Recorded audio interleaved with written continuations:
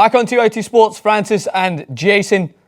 A tasty clip today, as I say that with my sultry response, as if I'm some sort of smooth talking radio host when I'm ready to take your requests. Welcome to the Sound with Francis Maxwell and Jason Rubin. I love that radio station, and I'm always listening to it at like 8:30 when I'm questioning my life choices.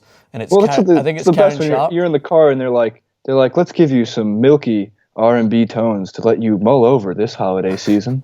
And then then it's like Karen Sharp, who has to like host a call with the saddest person. She's like, I want to send out this song to I Can See You Through Your Bedroom, and it's for my boyfriend that I haven't spoke to in the last 12 years, but I still believe he's going to find his way back to me. That's like a twisted love version of Disturbia. Yeah, absolutely. All right, by the way, in complete contrast to what we're just talking about in our usual tangents, we're going to discuss the best UFC fight of 2016. So as we approach the end, there is still some fights that we're going to have to take into consideration as we approach the end of the year, but we have a wide plethora of fights to choose from already. So this is actually courtesy of Topology, who put together this list of their Power 5 rankings of the fights that they consider to be the best of 2016 so far. I don't know if we necessarily agree, but we'll start off. Lawler versus Condit. This was a warrior match. This was based, yes, Robbie Lawler won on split decision. It was quite literally a toe-to-toe, back-and-forth example of everything that the UFC stands for. Heart, determination, skill. It was phenomenal. And then you've got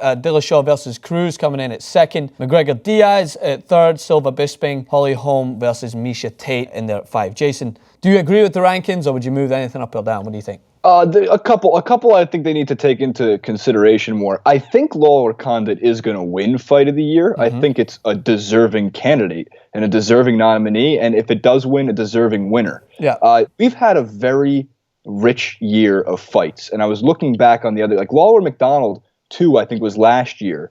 And that was an amazing fight, and it feels like ages ago. All of those fights, though, all of those that you just mentioned, January, February, March, that's how rich of a year. Yeah. So McGregor Diaz II needs to go up that. I think it was a better fight than McGregor Diaz 1. And now everyone's going to say, like, oh, because McGregor won? I go, no, because it went 5 rounds, and it was insane. Yeah. It was absolutely insane.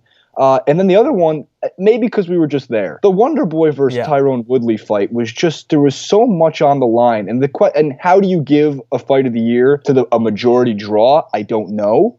But get it in the top 5. Get it in the top 4 fights of the year. Yeah, I think you took the words right out of my Scottish mouth. I was going to mention those 2 exact fights, and we did not pre-plan this. This is actually just off the cuff. We both. I think it does. I think definitely goes to the fact. I think McGregor Alvarez as well. Just it's because it lived up to the expectation of what we wanted to see from Conor McGregor. He was technically sound. It was exciting. It was a great example. I wouldn't put it in the top 5, or probably struggle to make it in the top 10. But I think that the Wonder Boy Tyrone Woodley fight had everything that we wanted to see in a fight. It had the heart. It had the technique. Tyrone Woodley completely dominated the first round. I think that Wonder Boy landed 1 shot in comparison to 58 or something like that. I remember the stats after it. So it seems very one-sided, and Wonder Boy, of course, showed how resilient he is, made his way back into the fight, and it ended in a draw. And I think I actually kind of think that made it more so a special fight, because it was so evenly split that not even the judges, despite the fact that things got a little confusing at the end where they actually gave Tyrone Woodley the win, despite it not being true. But I just want to eradicate the case that people will make that Diaz McGregor 2 shouldn't be on there just because McGregor won. It was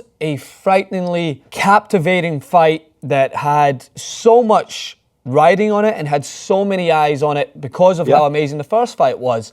I don't care if McGregor, Diaz, I don't care if Joe Rogan comes in and finishes that fight.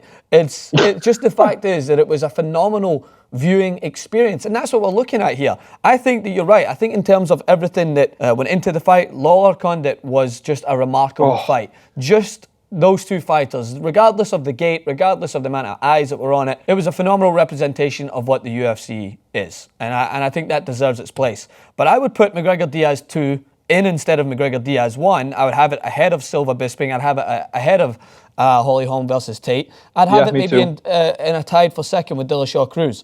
I'd have Wonder Boy in there, but Holm versus Meisha Tate was another great fight. It showed, again, the great character of Meisha Tate. It showed a fighter who has been through war, basically, in the UFC, has had a chance there presented in front of her, had it ripped away, lost to Ronda Rousey, now was given a chance in a Ronda Rousey-less division, facing against the same fighter that remarkably knocked out Ronda Rousey, and she took her opportunity literally by the neck and made sure that she won it. So I think that fight as well deserves its place in this. And I mean, I could even go for an example of the recent fight with Joanna Jędrzejczyk and her recent take at UFC 205. That was a remarkable fight as well between those two Polish fighters going at it back and forth, and I personally would like to see a second one of that. So a lot of good fights. Carolina Kay absolutely put on a tremendous. Amazing to be at that fight too, just because of how calm she was when Joanna was walking into the octagon. Oh, yeah, I remember. It was creepy. She just stood there, legs kind of crossed against the cage, and you're like, what don't we know? Yeah. So what does she hide? The couple, I mean, I agree with you on this one. I think McGregor Diaz II is a better fight than McGregor versus Diaz I. I think if Diaz choked out McGregor in the third or fourth round, you can make a better case for that first fight. But no, I think for the most part, the second one was a more entertaining fight start to finish. Yeah. Nothing against Dillashaw Cruz. That was fantastic, but I don't have it like recently in my head. I just rewatched Lawler Condit. Holy shit. The striking ability that Condit was showing towards the end of that fight, and he was just so gassed, and the combinations Lawler was landing in comparison, it just didn't make sense how neither went down. I thought that was gearing up towards a double knockout. I really did, just on like what they were throwing at each other. Wonderboy has to be in there with Tyrone Woodley at some point too. And then we're missing three big ones. Odell Beckham Jr. versus the kicking net. And let me see, I'm missing, you were there at UFC 200 in my apartment where it was Piker versus Rubin. Oh yeah, remember that. I would not tap, make sure the world knows that, as Hassan was on top of me going, what are you doing right now? Like, why are you thinking this is a good idea? I won't tap. I refuse to tap. And I think in the same vein as that, UFC 200, we're forgetting the battle of the dad bods between Daniel Cormier. Dad bod fight of the year. Yeah, the Daniel Cormier versus Anderson Silva, where it was a sitting match for the majority of the time. You know what's interesting about that? Not to tangent for too long. That's where I lost some respect for some UFC fans. Those specifically booing. Oh, yeah. Cormier versus Silva. I remember that. I know it's their right, and maybe they were booing the fact that John Jones wasn't there.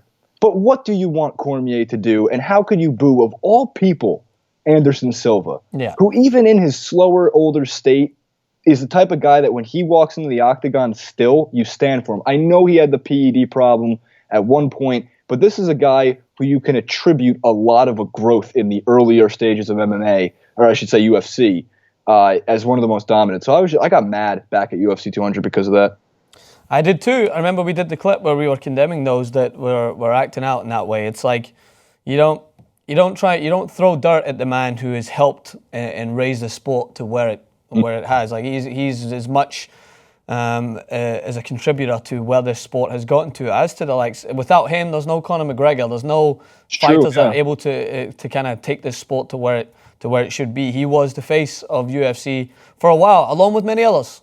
He wasn't alone, but he was a crucial part in that. Either way, I'm sure there's a few fights that we've missed out. I'm sure by this point you've already broken your keyboards, typing so hard to let us know of the fights that we missed. But either way, at least we're bringing you more UFC content, which is what you want in the end. Am I right? Am I right?